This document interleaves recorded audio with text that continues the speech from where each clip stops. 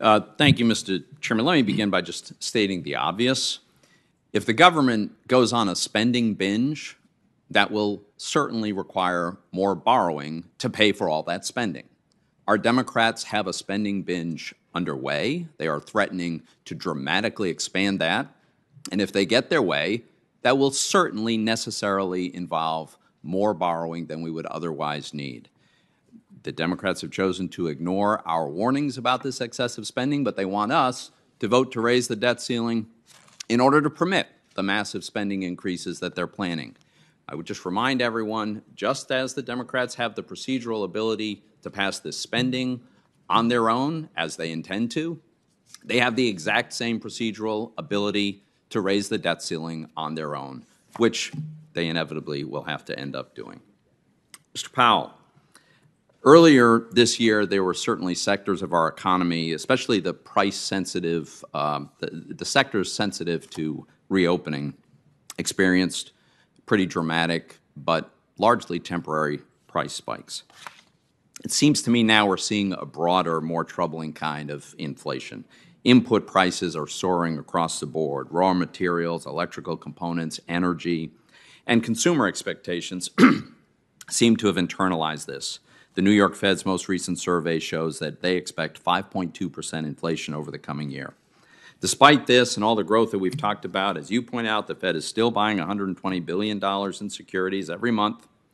And I guess my question is, doesn't the inflation we're seeing now seem broader and more structural in nature than the brief blip we saw, say, in used car prices earlier this year?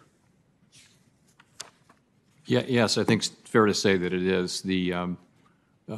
Mainly what we've seen is that the supply side restrictions that are so much at the heart of the inflation we're seeing have not only not gotten better, they've actually, in some cases, gotten worse.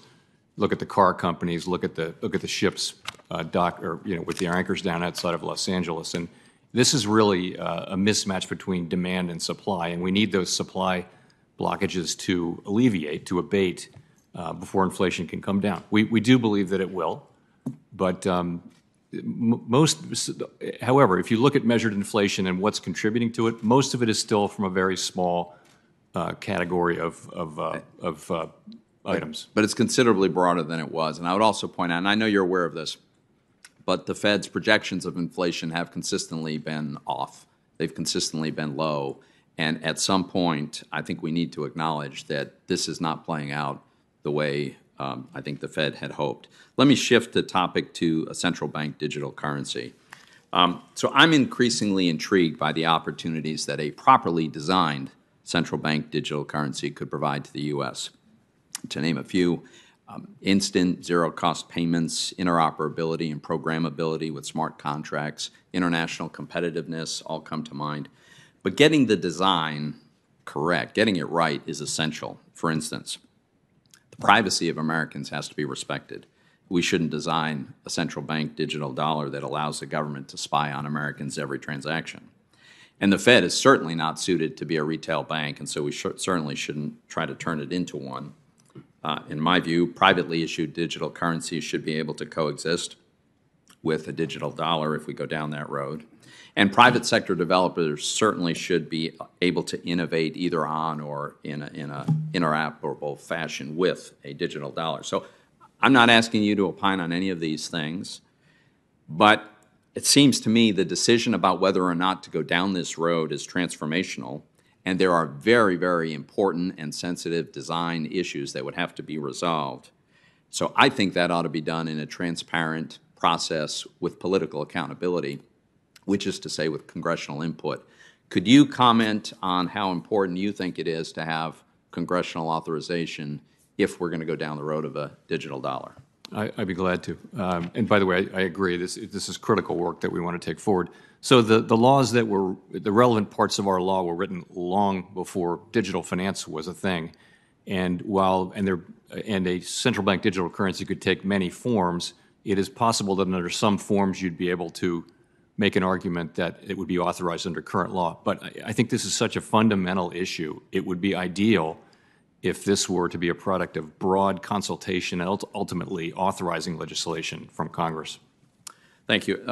Madam Secretary, I want to talk about the tax agreement. As you know, Pillar 1 will fundamentally rewrite how profits are allocated among countries and will cede U.S. taxing rights to foreign jurisdictions to some degree.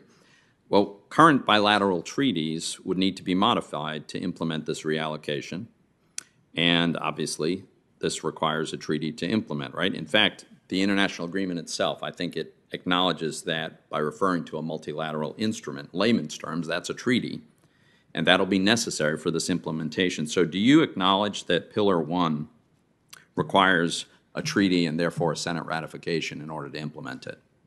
I believe there are a number of ways in which Congress could implement it, but certainly ratification of a treaty would be one way in which Congress could authorize, and certainly Congress has to authorize the transfer of taxing rights that's contemplated in Pillar 1.